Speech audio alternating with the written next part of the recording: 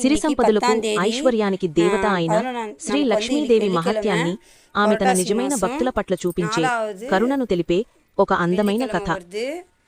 లక్ష్మీదేవి మహత్యం. భక్తిగల ఇల్లు.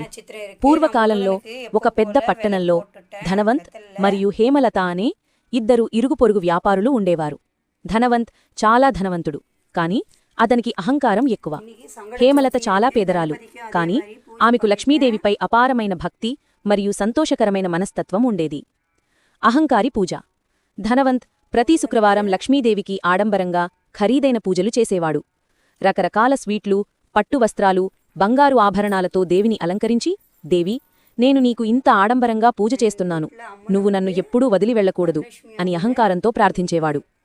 ఆయన పూజలలో భక్తి కంటే ప్రదర్శన ఎక్కువ ఉండేది. పేదరికం కానీ భక్తి.